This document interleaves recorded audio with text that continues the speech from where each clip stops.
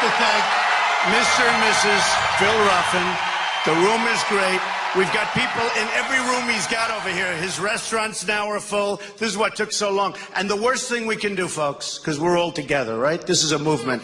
The worst thing we can do is start a rally, because if there's one empty seat, the press will say, oh, the room didn't fill up. Trump isn't doing. Outside, you have thousands of people trying to get in.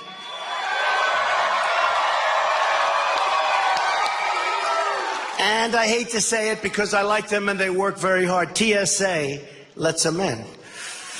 And it's not working out so good. I'm not happy about it, but I have to put up with it. But they have, you know, the machines. And they didn't bring enough machines. And I don't know if the great Wayne Newton has that problem when he performs. But I love Wayne. I'll talk about Wayne in a second. But we have to be very careful of that, because let's say I came out 10 or 15 minutes ago. Even though there are thousands of people outside, all of the conference rooms have people. They have closed-circuit television. The whole hotel is packed. Phil, you've never had anything like this, and he owns it.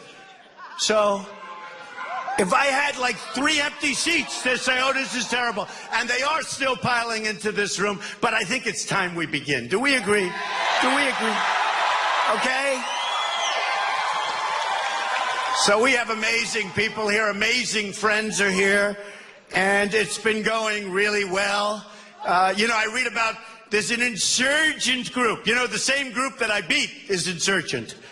There are a couple of guys there trying to go to Cleveland. They're trying to get delegates. I thought they already tried that. I mean, I could give you names, but I won't, because it's meaningless. First of all, it's illegal. Second of all, you can't do it. Third of all, we, not me, we got almost 14 million votes. 14 million votes in the primary system. So that's more votes than ever received in the primaries in the history of the Republican Party. Okay? Thank you. We beat a lot of people, 16 people. There were a total of 17, including myself. One after another. Boom, boom, boom. It was a beautiful thing to behold, okay? A beautiful thing. It was a beautiful thing. Yeah, that's great. Just keep filling them in. That's right. Isn't it better that we're starting now? We have to. They're not happy outside, but what the heck are we going to do? So it was a beautiful thing to behold. But think of this. So we got almost 14 million votes. We won 36, 37 states, which is, others won none. People that won none are saying, maybe we can get something at the convention. Doesn't work that way, folks. You would have, because we have, you know, one of the things the polls say, we have by far the most, every conference room, every restaurant is loaded with people. I hope you put closed circuit in, Phil. They're going to be so angry, but I think you did. Well, I mean, take a look at this today. This guy doesn't They've never had anything like this, where every room is full, every conference room, every restaurant is loaded with people. When we get 37 people, you put closed circuit in, Phil. They're going to be so angry, but I think you did. We love our police. We love this guy doesn't hold back, believe me. But so when we get 37 thank you, officers. When we get 37 states, thank you. We love our police. Thank you. That's very nice. Thank you. By the way, how great are our police, okay? They don't get enough credit. They don't get enough credit. They don't. They take abuse. They don't get the credit they deserve, believe me. So we won 37 states. We won 14 million. We beat Ronald Reagan, who we love. We beat Richard Nixon. We beat Dwight D. Eisenhower. We beat everybody. We beat Bush. We beat the Bushes. We beat the Bushes.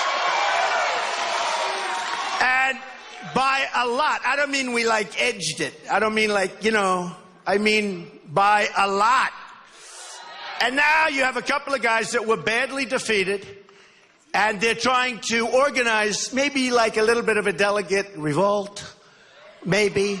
Now, number one, you know, Reince Priebus, you know what that is, right? RNC. No, he's a good guy.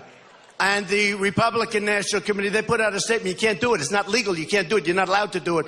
How would you like to have a party where we started off with 17 or 18 people, actually, including somebody that I won't mention because I'm not looking to embarrass anybody, but it was actually 18 if you want to include somebody, okay?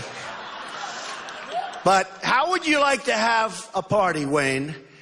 And he's married to a great lawyer, so she understands this better than Wayne does. But Wayne has a much better voice, right? But how would you like to have a party where myself and others traveled the country and worked for a long time? Now, it was shorter than I thought, because remember, I was supposed to maybe be able to pull it out at the convention, and we pulled it out 2 months before the convention. Do you remember? Do you remember when they said 1237, that's the delegates, 1230, he cannot reach that number, he cannot reach that number. And I kept saying, what's the big deal? And one of the people, who probably hasn't quite given up yet, one of the people was trying to buy up all of the second ballot people, right? And I kept saying, let them have them, because it's expensive to get them. And by the way, I spent less money than any other candidate, and I ended up in first place, and they ended up, boom. So now I hear, after beating them fair and square, I mean, I beat them fair and square. Actually, a couple of the commentators that are negative people, actually, because most of them are, but a couple of the commentators that are negative people said, whether you like him or you don't, he beat them fair and square. And then they said he didn't beat them by a little bit, he beat them by a lot. We beat them by a lot. Right? So how would you like to have a party where somebody goes out and beats them by a lot and wins not only the vote, largest in the history of the party, not only wins 37 states and nobody else was even, you know, like remotely close. I mean, some of these guys have none. How would you like to have that? A guy sets an all-time record, gets almost 14 million votes over a period of like 9 months. He gets 37 states. He gets tremendous support. He has sold out arenas no matter where he goes. Yesterday in Houston, people said they have never seen crowds like that. One of the reporters, a very good reporter actually from NBC, Haley, she just said, but are your crowds as big as they used to be? I said, they're bigger. They're bigger. They're actually bigger. No, they're bigger. You had to see Houston, Texas last night. We were in a big arena, held about 5,000 people. That's not a big one for us, but that was the biggest one we could get on short notice. And on short notice, we had a line that went 5 abreast forever. And it's the biggest subject in all of Texas. They had helicopters over. They couldn't believe what they were seeing. They've never seen anything like it. And our crowds are bigger. Our enthusiasm is more. A poll came out, OAN, a very good poll. It's a very good group of people. A poll, OAN, came out where I'm statistically even with crooked Hillary. And she is crooked, folks. Believe me, she is crooked. Hillary Clinton doesn't have, I'll tell you what, Hillary Clinton, and you can say it any way you want, but she doesn't have the integrity. She doesn't have the integrity to be president, and perhaps equally important, she's got very, very bad judgment. You just look at what she's done. You just look, okay. So how would you like to be in a party where Trump wins, where Trump keeps winning, where Trump has the biggest crowds, where Trump gets, by the way, the highest ratings in the history of television? They had a story in Variety. I don't like to brag, but we have to brag every once in a while, right?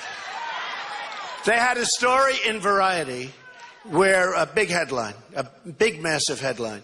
And the story was that Trump makes massive profits for cable networks, and networks, but massive. And then it went on to say that they're setting records in viewership, they're setting records in advertising, they're making a fortune. What are we getting out of it? We get nothing but maybe we're going to get the presidency and we're going to straighten out our country, okay? We're going to straighten out our country. And we'll have Wayne at that inaugural ball. Wayne will be with me. Wayne. Ba, ba, ba. So there's a little movement, and I just heard today where it's coming from. It's coming from people that have been badly defeated. But wouldn't that be funny? Okay. A guy got much less votes. He got no states. Ladies and gentlemen, our nominee is... I don't think so. I mean, forget about the legality, because it's not legal. Forget about the fact that the Republican National Committee put out a statement last night saying it's all made up by the press, folks, believe me, by these people right here. It's all made up by the press. Okay? It's all made up. It's a hoax, I'm telling you. These are the most dishonest people. Not all of them, not all of them.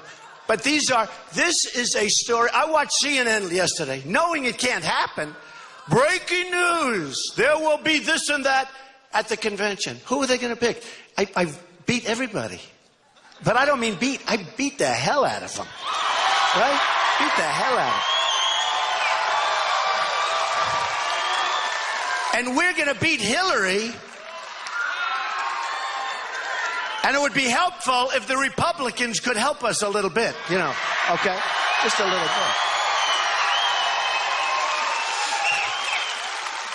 I mean, I have people that I've done so much for, that frankly we've done a great job for, all of us. You know, the Republican Party has increased the voter turnout. Forget about me. I set the all-time record. Guess what? The Republican Party in the primaries is up 70%, right? I think it's even more. 70% from 4 years ago. 70% more people have voted in the primaries. Is it because of me? Stand up, say it. A woman. I'm doing well with women. Go ahead.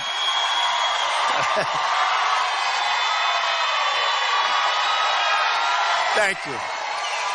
Believe me, I respect women more than Hillary respects women. I can tell you that.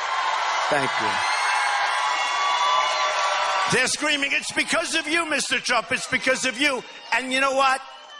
I never brag. They happen to be 100% right. All right. You take a look at these states. A couple of the states were up 102% from last year. Okay, from 4 years ago. 102%, it's unheard of. In the whole world, people talk about it. I mean, some people would have said the Republican Party has stayed. It's not bad, it's stayed. It's, you know, it's got a little boring, maybe. And maybe the ideas weren't right, because I don't believe in let it be boring if the ideas are right. But the ideas weren't right. There wasn't strength on the border. Our budgets are way out of whack. Look at this last budget that we approved, the omnibus budget. You know, Obama is a horrible negotiator. Iran beats him. Every country beats him. He draws the line in the sand. They beat him. Everybody beats him. But he's a great negotiator when he has to negotiate against the Republicans. And we got to stop.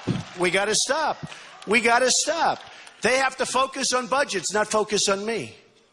And they view me as an outsider. I have to tell you a little secret. I shouldn't say it. Half of you will leave the room. Should I say it? I used to be the ultimate establishment person. I was a massive giver. I gave a lot of money to everybody. I even gave to Democrats. I mean, I'm in business, right? I gave to Democrats, I gave to Republicans, but I gave a lot of money. The RGA, Republican Governors Association, hundreds of thousands of dollars. And I was like establishment. And then one day I said, you know, I'm going to run. And I announced. And they said, what happened? That's no good.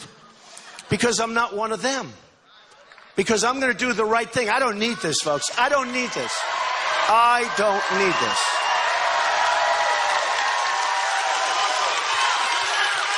Phil Ruffin told me this morning, came over, we met, and he's done such an amazing job with this hotel.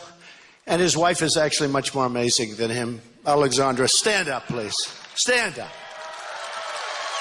She's more amazing than Phil. Mr. and Mrs. Phil Ruffin. And he told me this morning, he said, and he was talking to a group of people, and we're raising money for the Republican Party. And frankly, I like doing it. I went around yesterday, I think between yesterday and today, we raised $12 or $13 million for the Republican Party. It's good. for the Republican Party. And somebody said, well, you're not raising money for... I said, I don't know. You know, I get people, I'm raising money for the Republican Party, and I'm not getting the kind of support. What they don't tell you, though, is I actually have a lot of support. But they don't talk to the people that support. Wayne Issa, who's a great guy, congressman. So many of the Republicans are so supportive, they don't want to talk about them. If somebody says something just a little bit off, headline, blaring news, breaking news. You know, they use the breaking news every time there's an event. It's breaking news. Then when you have a real breaking news event, nobody takes it seriously. Do you ever know? Breaking news. Donald Trump got up today and tweeted, good morning. Crazy. It's crazy. But they don't talk about that. But I will say, Phil said to me this morning, and he said to a group, he said, you know, Donald Trump didn't need to do this. He's made a fortune. He's done a great job, has a great family. An unbelievable, Phil, do I have an unbelievable business? Stand up, please. This guy knows better than this. Stand up. Stand up. Did I do a good job? Built an unbelievable business. And I built an unbelievable business, a great, great business. Some of the greatest assets in the world, no matter where. Who's that guy? Is he a friend or foe?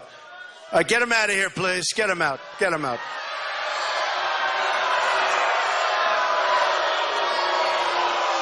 Yeah, get him out. You know, could you let somebody else take his place, please?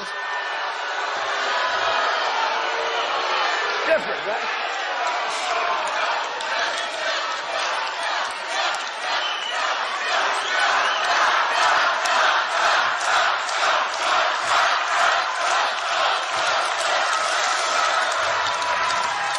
Thank you very much.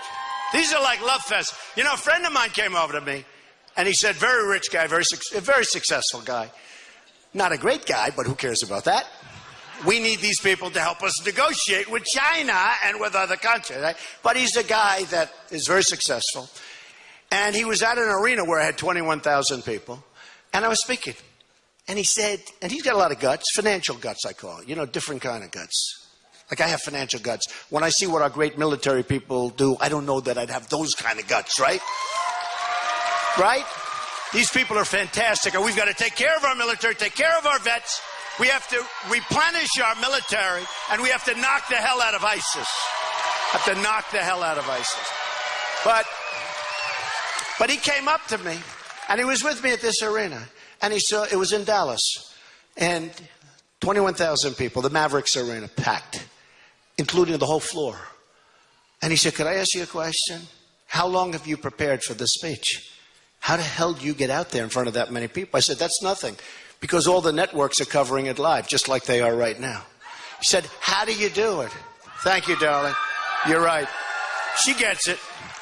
You're right. And I said, honestly, and he said, how do you do this? He said, she understands.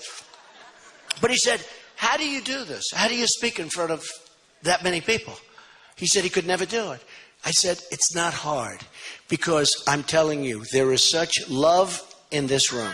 There is such love in these rooms. I really mean it. I really, really mean it. There is such love in these arenas. We had, in Mobile, Alabama, we had 35,000 people. We started in a hotel ballroom. After about an hour, the hotel call said, we can't handle it. We then moved to the convention center that holds 10,000 people. They told us after 2 hours they can't handle it. We moved to a football stadium in Mobile. We had the most unbelievable time. We had 35,000 people. In Oklahoma, we have these massive crowds. We have massive crowds everywhere.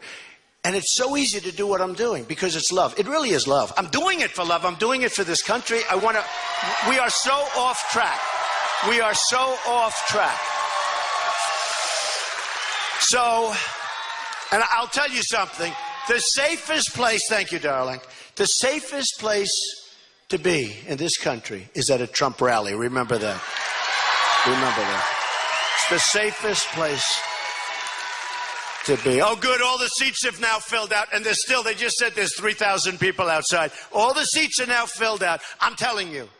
I'm telling you. The press, I'm telling you, we had to do that. That's why I waited. Is it okay that I waited? Yes. Okay. Now they're all filled out.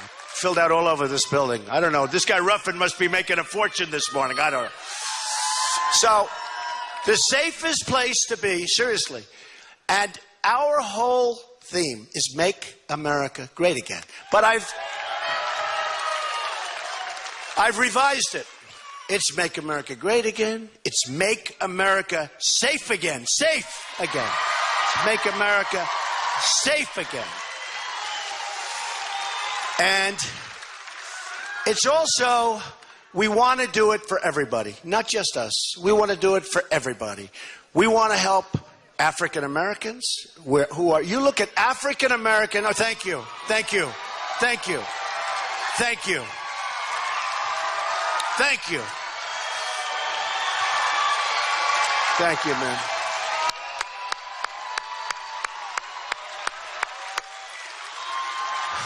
African American youth has a 59% rate of unemployment. Okay, folks? 59. And we're letting people pour into our country. We have no idea who the hell they are, where they come from. There's no documentation. There's no paper. They come from hostile countries. They come from countries that are tremendous in terms of terrorism. And we're going to have big problems. If you think Orlando was the end of it with this weak attitude and this pathetic president that we have, it wasn't, folks. It wasn't. It wasn't. This is just the beginning.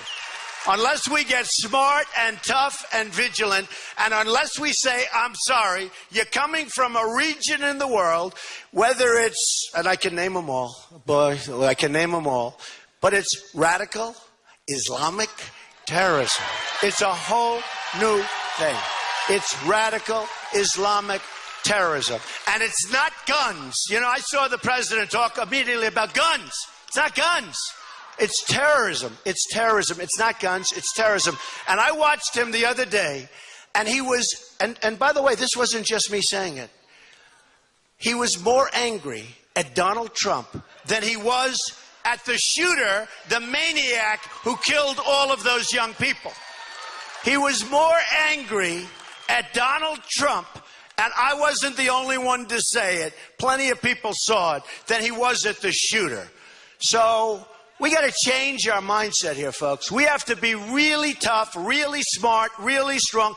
You know, in the past, we'd have a war, and we'd be fighting Japan, and they had uniforms. We knew who we were fighting. And we'd be fighting Germany, and we'd be fighting others, and we knew who our opponent was. We knew who the enemy was. Today, you don't know who the hell it is. And you are going to have problems, the likes of which you've never seen, unless Donald Trump becomes your president. Believe me. Believe me. Thank you.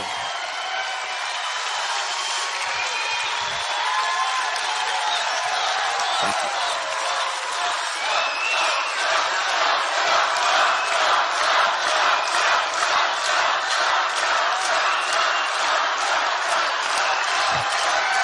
Thank you.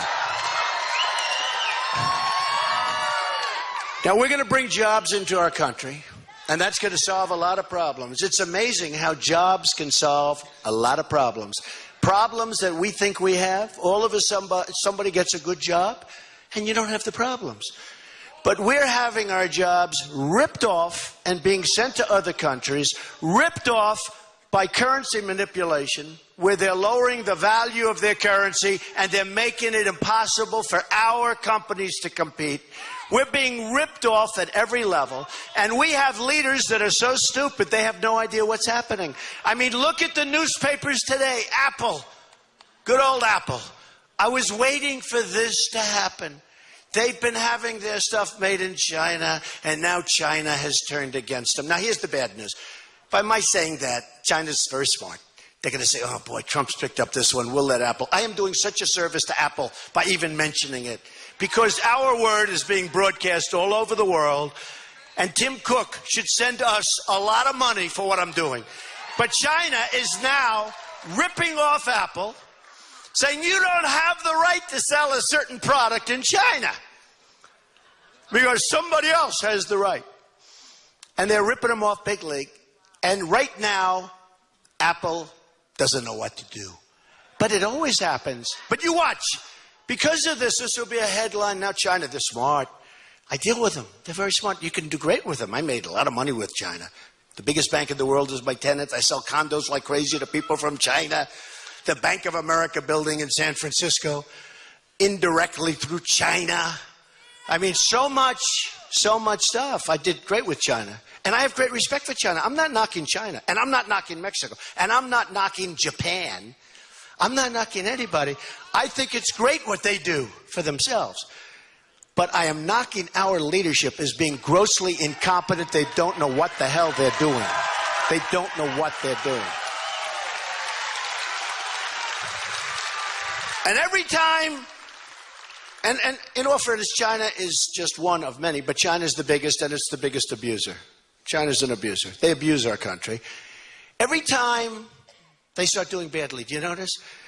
They knock out their currency a little bit lower, a little bit lower. They're not supposed to be doing that. That's sort of like cheating. You know, it's a way of cheating. Now, we do it very little because we don't know how to play. They're like grandmasters. They're like grandmasters, and we're like checker players that don't know how to play. That's the difference. But it won't be that way.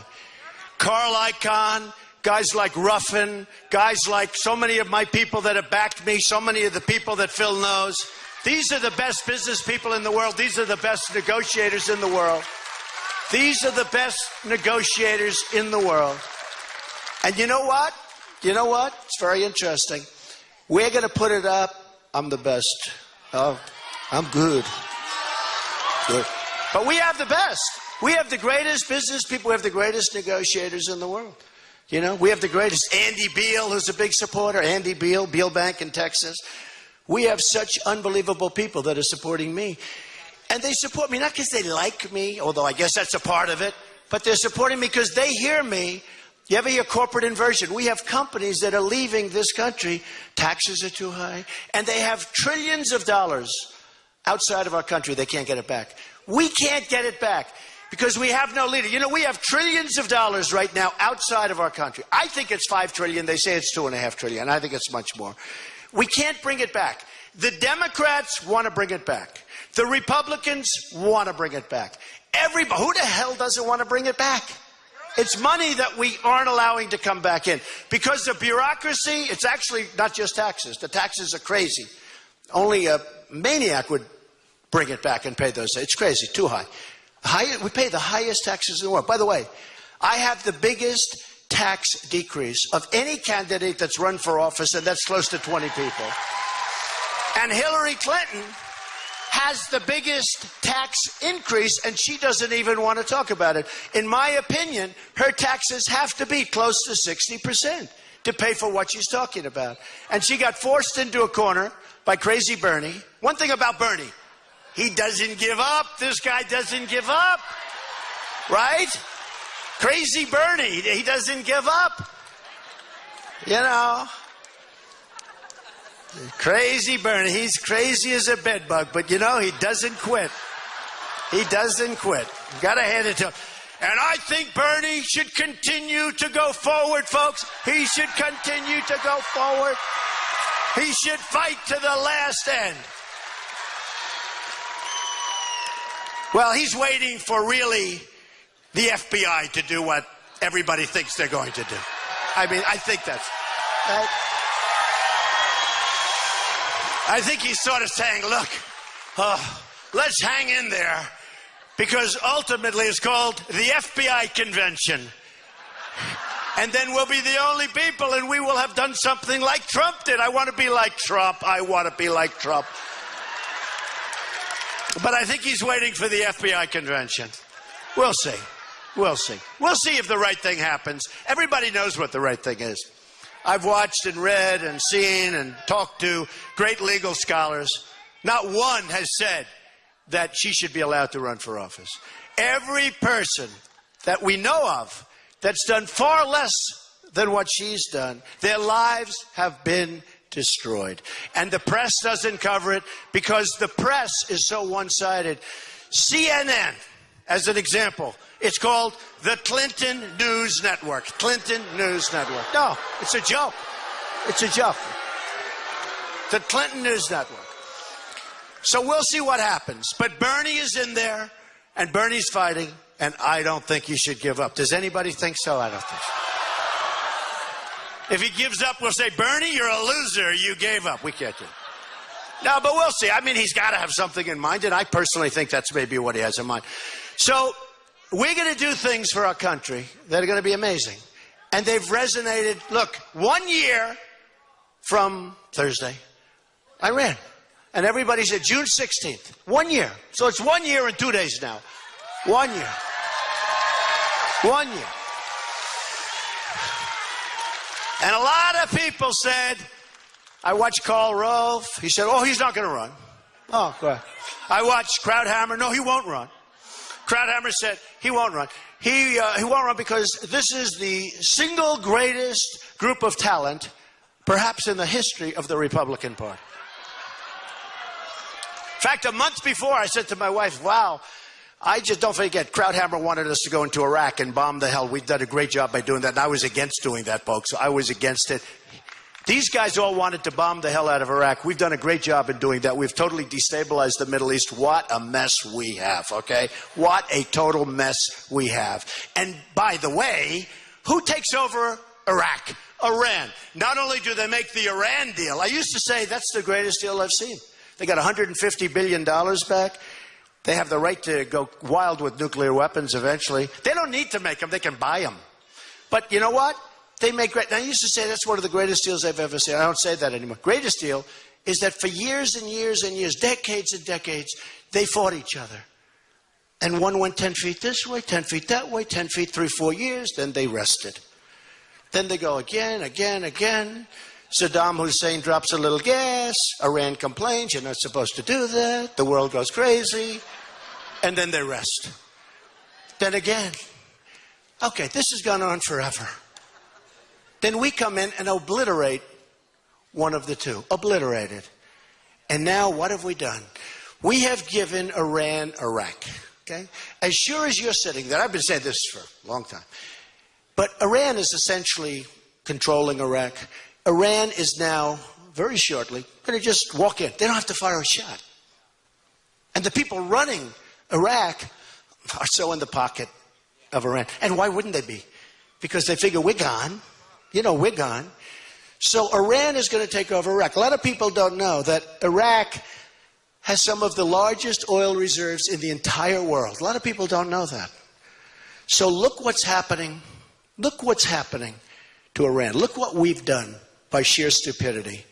So a lot of these people, they said, bomb, bomb, bomb. And I said, although what did I know? I was in business, right? I didn't know. A lot of people weren't asking me. But I said, if you do that, you're going to destabilize the Middle East. And hence you have the migration. And hence you have people going all over the world. Look at the problems in Germany. Look at the crime. I have friends in Germany that for years would say, the greatest country, the greatest country. They love Germany. Now they're saying, we're leaving. They're leaving Germany. Look what they've done to different, look at Brussels. How beautiful a place was Brussels.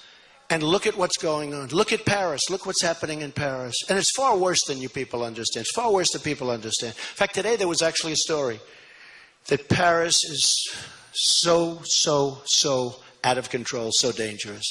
Look at what's going on.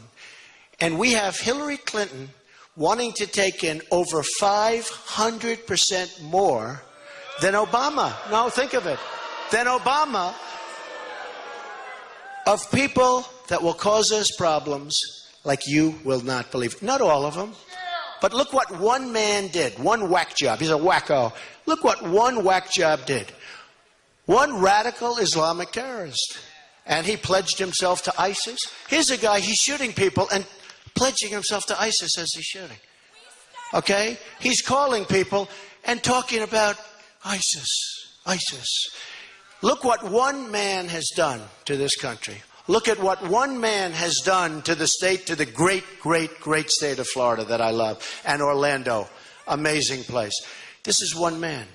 We're letting in millions of people. It doesn't take large amounts. This could be the great Trojan horse. We all know the story of the Trojan horse. But this could be the great story of the Trojan horse. All because we have leadership and weak people like Hillary. She's weak. She's weak. Bernie Sanders said about Hillary Clinton that she can't be president because she has bad judgment. Okay, he said it. I didn't say it. I would never say a thing like that. And then I hear her saying, you know, reading right off, always teleprompters. She goes, Donald Trump does not have the temperament to be president.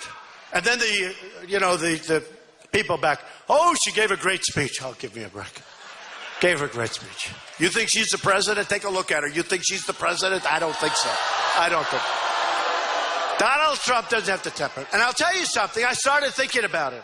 And I was going to say, I absolutely have a great temperament. And I've done great things. Hey, look, I went into television, had The Apprentice. Great hit. One of the most successful reality shows, right? I did books, many bestsellers, many. The Art of the Deal is one of the biggest selling, certainly the biggest selling business book of all time, by far. So I did books, tremendous success. Real estate, I have some of the greatest assets in the world. You look at my numbers, very low debt, tremendous everything, okay? I filed over 100 and some odd pages. But listen to this. Okay, so listen. So we have a great study in contrasts. So I started thinking about temperament, and I was going to say, I do have a good temperament, I do. And then I said to myself, well, wait a minute. She's probably right about one thing. I have a very tough temperament. She said, you know, but very controlled. But we need tough temperament today. We can't have this weakness. We can't have weakness. My temperament's tough. My temperament is very solid. I don't lose control. I've been doing this for a long time, folks. You've been watching me for a long time. Do you know in New York I won in a massive landslide? Who knows me better than the people of New York? Nobody knows me better. Nobody.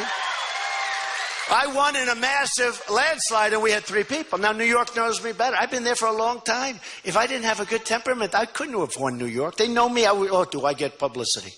They write about me every day, every hour. It's always been this way. I don't know why. They had their debate. So Fox in the debate had 24 million people. It's actually even more than that, but 24 million people.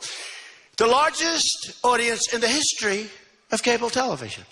Now, I don't think it was for Jeb, but maybe I'm wrong, okay? By the way, Jeb is working on the movement, just so you understand. I love competition like that. I love it. So look. Low energy. I didn't say it, you did. Okay. No, Jeb is one of the people that's working. And the other one should be obvious to you, but we'll figure that out very easily. Okay, ready?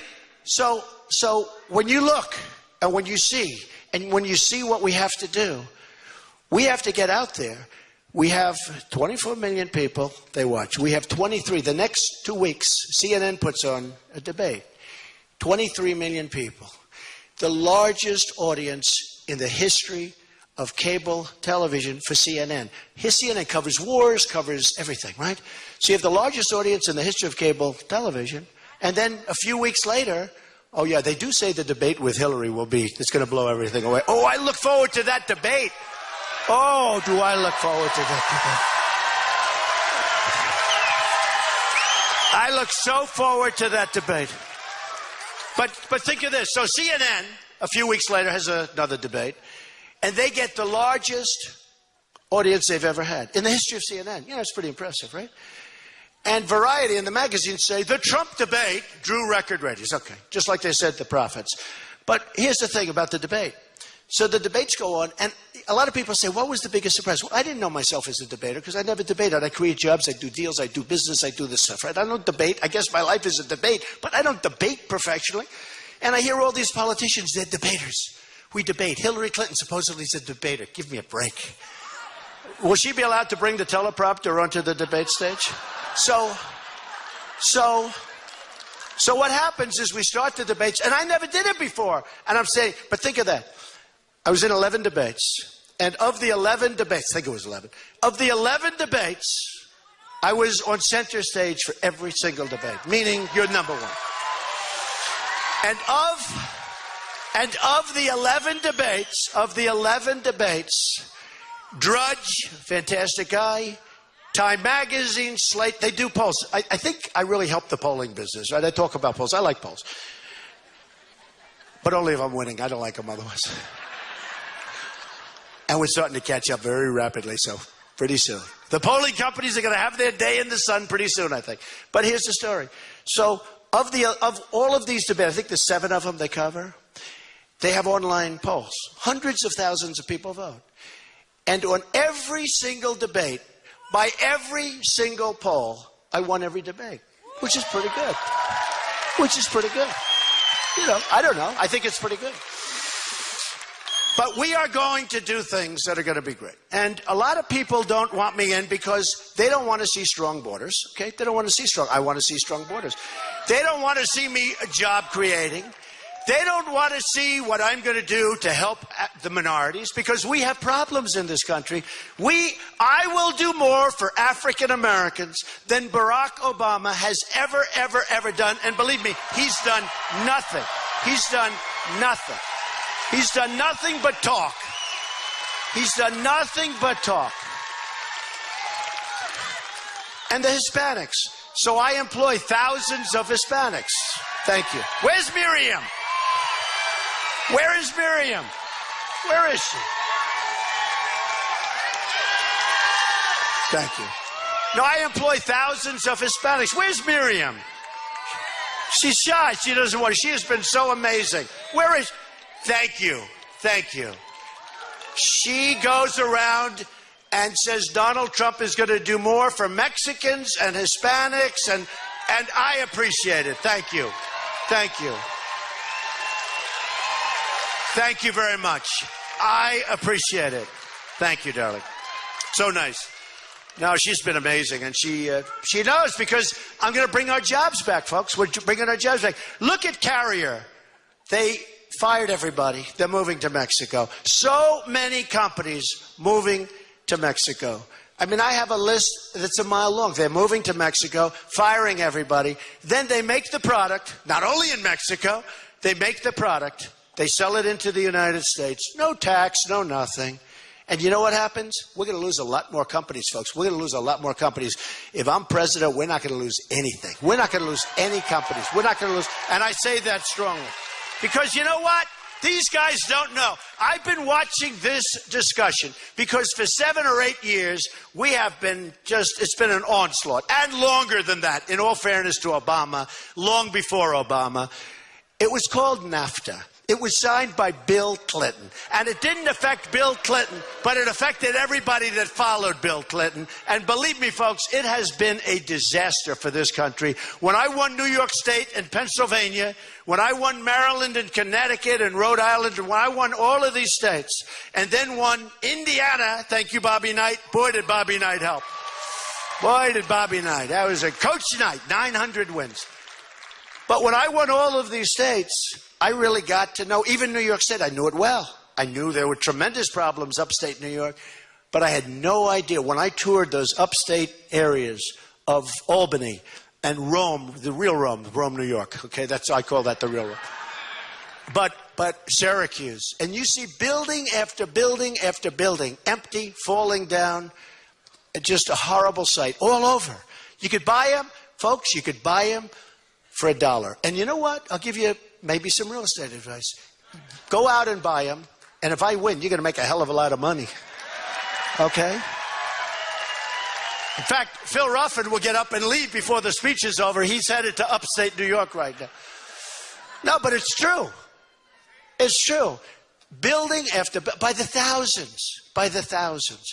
And I have statisticians that work for me. And before I used to speak when we were in the primary, I'd say, give me the information on upstate New York. Give me the information on Long Island. Give me the information on all of these different places, Pennsylvania in particular. Look at West Virginia, what they've done to our coal miners. They've destroyed. Hillary Clinton said, I'll put the coal miners and the mines out of business. That was not a smart statement. And then she had to go there 4 hours later. And look at the numbers I've gotten in West Virginia and Pennsylvania. But I look, because we're going to bring the coal industry back, and we're going to bring every industry. We're going to bring our energy industry back. We're going to bring it back. We're going to bring it back. You know, because of technology, folks, because of technology, we have learned things, frankly, and we realize that we have wealth that we never knew we had. Over the last 6 or 7 years, there are many forms of technology that have given us an awareness that's unbelievable. What's happened is unbelievable. So we're going to bring all these things back, and we're going to start paying off our debt, and we're not going to let our companies... Now, here's what we're going to do. So Carrier says they're leaving. I would call them and say very nicely, and you know, my wife gives me a very hard time. She said, darling, you're president. You cannot call an air conditioning company. I said, that's okay. It's so much fun. It's like a 2-minute call. If I can save 1,400 jobs in 2 minutes, let me do it. But I'd call, meaning I'd call, somebody calls, I got to call. Maybe I should do it, right? And I say very simply, you just fired 1,400 people. You're moving to Mexico. Enjoy it. Enjoy it. I respect Mexico so much for taking all of our businesses, so much of our business. But let me just tell you, here's the story. Every air conditioning unit that you make, that you sell across our now very, very strong border, you will be paying a 35% tax on that unit, if you live. If you live. Now, our country has been working on this problem for years, and they did all sorts of deals like zero-interest loans, and we'll give you money. They don't need money. They don't want money. How about the deals where they gave them really cheap money and they left anyway? You know, I mean, it's like, great. Try collecting. They don't need money. 100% they don't need. If I talk to them for 2 minutes, Phil, would you say 2 minutes or do I need 3? I think in 2. He says 1. Phil said 1 minute. But in a quick conversation, we're not going to move. And they're not going to be calling lobbyists because, you know, I spent $55 million on my own campaign of my money. Okay, of my money. And by the way, if the Republican Party, and I hope they all come together because I want them to come together, it's great. But if for any reason they get a little bit like they don't want to help out as much, then I'll fund my own campaign. I'd love to do that. I'd love to do that. You know, right now I'm raising a lot of money for the Republican Party and a lot of beneficiaries to that, and I like doing it. But we have to have help. We have to have help. They have to be, it's got, you know, life is like a two-way street, right? It's a two-way street. So they have to, otherwise I'll just keep doing what I'm doing. I'll just keep funding my own campaign. I'm okay with that. That's the easy way. I mean, for me, that's the easy way. But hopefully I can continue to go the way we're going. This weekend we raised a lot of money. We've raised a lot of money for the Republican Party. We'll keep doing it because we do have tremendous support within the party. That I can tell you. We have tremendous support. Okay. So what's going to happen with Carrier, what's going to happen with any of, is they're going to say, we want to talk about this. Then they're going to go hire lobbyists. The lobbyists are going to call. I say, I'm not giving you guys anything. Now, if they call Hillary, 100%. They have a lobby. They have a lobbyist in Washington. He's got Hillary Clinton stamped on his forehead. Okay, it's 100%. With me, it doesn't work that way, okay? With me, it doesn't work that way. Within 24 hours, they will call and say, sir, we've decided to stay in the United States. We'll stay in Indiana. Or they'll go someplace else, but they're staying in the United States. Now multiply that times thousands and thousands of companies. That's what you're talking about. You're not talking about 100 companies or 10. You're talking about thousands of companies have left. Thousands of companies are being killed by monetary manipulation. Okay? Thousands. We're not going to let this happen. Remember this. China, we have rebuilt China. They have taken so much. You know, we owe China now $1.7 trillion. Think of it. They beat us at every front. They kicked the hell out of us, and we owe them money. How about Japan? We owe Japan $1.6 trillion. Now think of that one. They sell the cars, the big boats come in, the biggest ships you've ever seen. I mean, if Wayne Newton could ever get his big audiences onto one of those ships, you would be very proud. I'm telling you, Wayne. Wayne, would you stand up again? Come here. I mean, we love this guy. We love Wayne. We love our, you know, it's sort of like a weird experience because all of my life I've been watching Wayne Newton and now I'm performing for him. What the hell is going on over here? And the problem is I like him better than I like myself. So anyway, so all of this is going to come back. Now, you have people in both parties that don't like the things I'm saying, okay? You have people in both parties. But you know, because I have the smartest people. A lot of people are saying that. That's even showing up. I have the most dedicated people. I have the best people. I have the best people. I have the best people. And they get it. But a lot of people don't like strong borders. They don't want the wall. We're going to have the wall, folks. We've got to have the wall. We've got to have the wall. And the wall is going to stop drug trafficking. It's going to help with the drug. You know, the drugs are pouring into our country and poisoning our youth and others beyond what anybody has any idea. If you look at New Hampshire, which I won. I love New Hampshire because it was my first victory. It's my first victory. I never ran for office. By the way, am I doing a good job? Am I doing a good job? Right? I never did this before. But I love New Hampshire. And the people of New Hampshire got together with me and they said their biggest problem is heroin. I said, heroin? You know, it just doesn't work with the beautiful trees and streams and lakes. I said, heroin. And it turns out to be, they have a tremendous, and they have it in Massachusetts, and they have it in South Carolina. They have it in all of these places. All of these places. And it's pouring across. And 3 weeks ago, 16,500 Border Patrol agents endorsed Donald Trump. They've never, ever endorsed a presidential candidate. And I asked them, and they told me, they said, Mr. Trump, you need the wall. And Sheriff Joe Arpaio, great guy, tough, right? Sheriff Joe from Arizona. In fact, when I finish this, I'm going to Arizona. I'll be in Arizona in a little while doing the same thing with big, big, beautiful crowds. But Sheriff Joe endorsed Donald Trump. Folks, we know what we're doing, okay? We know what we're doing. We are going to make this country so strong again. We're going to save your Social Security. We're going to save your Second Amendment, which Hillary Clinton wants to abolish. Hillary Clinton wants to abolish your Second Amendment. And I got the endorsement of the National Rifle Association, the NRA. One of the earliest endorsements they've ever given. And let me tell you, between Wayne and Chris and all of those people, these are great people. These are people, and it gets lost. It gets lost in the debate. These are people that love our country. Just remember that. These are people that love our country. And you know, I've said before, some people thought it was a harsh statement. But if in Paris, where 130 people died, toughest gun laws in the world, by the way, there were no guns on the other side. These thugs walked in. Probably if they knew there were, they wouldn't have gone in there in the first place, okay? They knew there were no guns. But toughest gun laws in the world, 130 people die. San Bernardino, 14 people die. Friends, they were friends. They killed the 14 people, and so many so badly injured. By the way, Paris, the hospitals are still loaded with people. So horrible. And what we had this weekend, if there were a couple of folks, man, woman, had a gun strapped right here, right here, right here.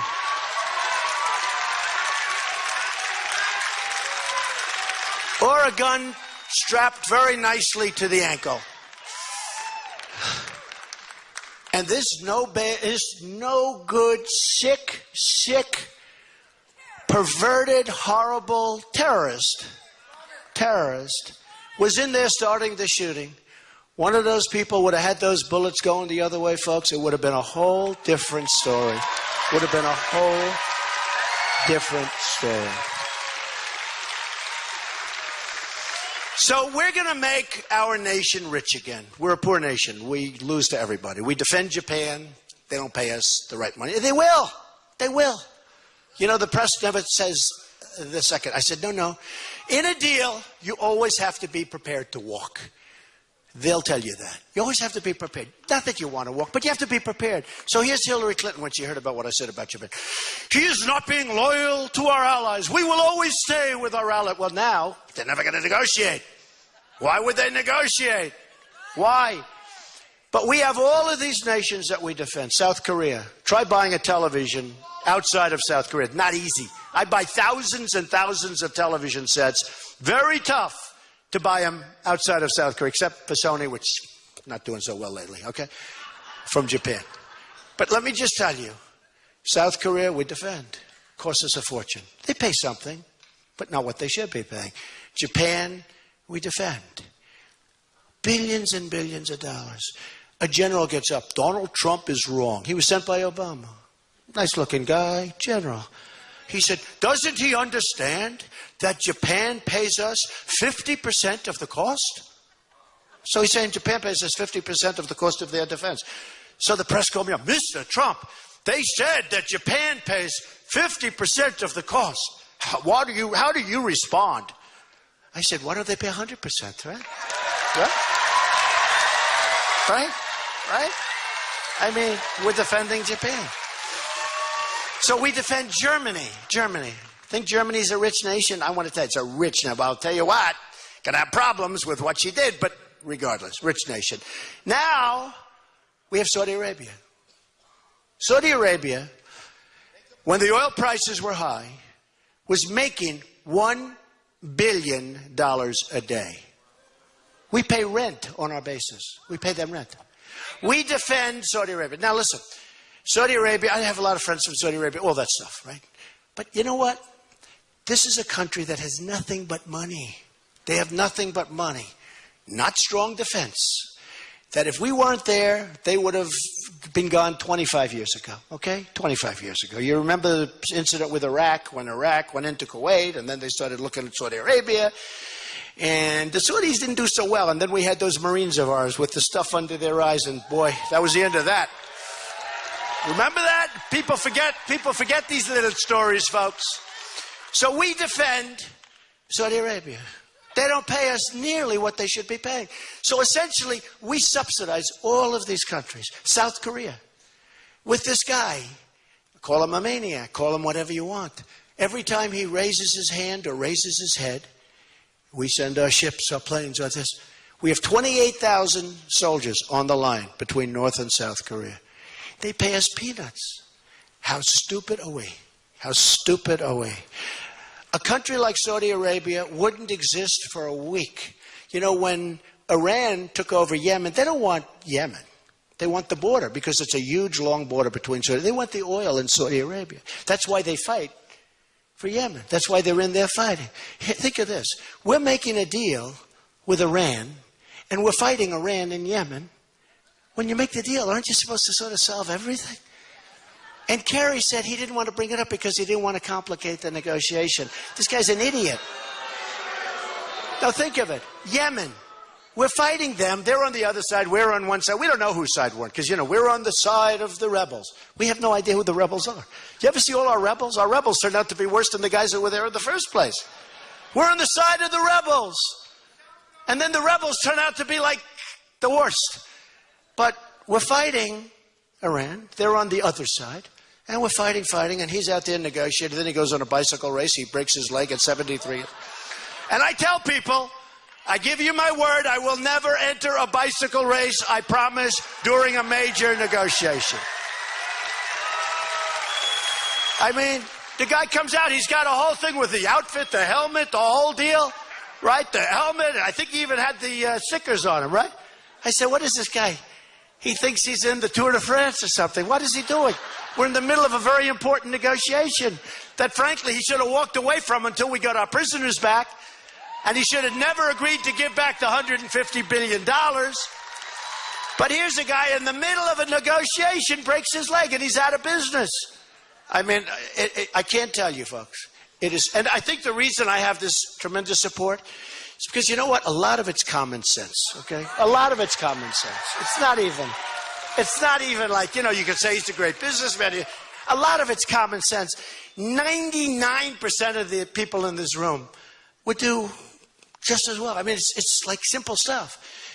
We're being led by people that don't know what they're doing. Now, here's what's going to happen. So we're going to start winning again. We're going to have strong borders. We're going to have the wall. We're going to be respected again. We're going to win with our military. We're going to knock the hell out of ISIS. We have to do that, folks. That I have to tell you. Normally, I would say no. But it's gotten to a point, and because of the power of weaponry, we have to do that. We really have no choice. So we're going to knock the hell out of them. But our military is totally depleted. You see our old jets where we're taking parts from airplane graveyards and museums. We have the planes in the museums and we're using them as our fighters. And other countries have modern fighter jets. This is the United States of America. Can you believe what's happening to us? So our military is depleted. Horribly depleted, smaller than it's been in many, many years. And it's probably got to be bigger right now because I don't know if there's ever been much more of a threat than we have right now. So we're going to build up our military with the equipment that we want. We're going to take care of our veterans because our veterans have been horribly, horribly treated. We're going to make great, great trade deals, and we're going to bring jobs and money back into our country.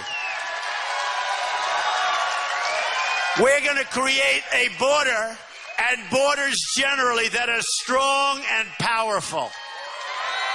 We're going to get rid of Common Core, and we're going to bring our education locally.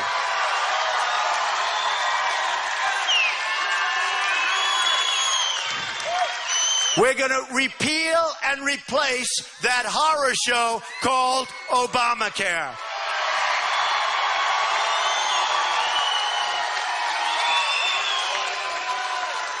And we are going to save our Second Amendment. We are going to save it. So, folks, you've heard it before, and I say it all the time. We don't win anymore, but we're going to win so much. And I love it. And I'll say it in honor of the people of Las Vegas, in honor of Mr. and Mrs. Wayne Newton, in honor of Miriam, in honor of Mr. and Mrs. Phil Ruffin, and in honor of everybody in all. Wow, look at this place. Ooh.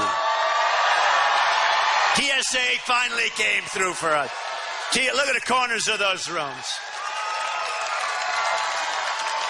Look at the corners of those rooms. What a beautiful sight. All over the building. So here's what's going to happen. We're going to start winning again. We're going to win with our military. We're going to win for our vets. We're going to win on education. We're going to win on trade. We're going to win. We're going to win so much. And I'll be in the White House, and they'll say,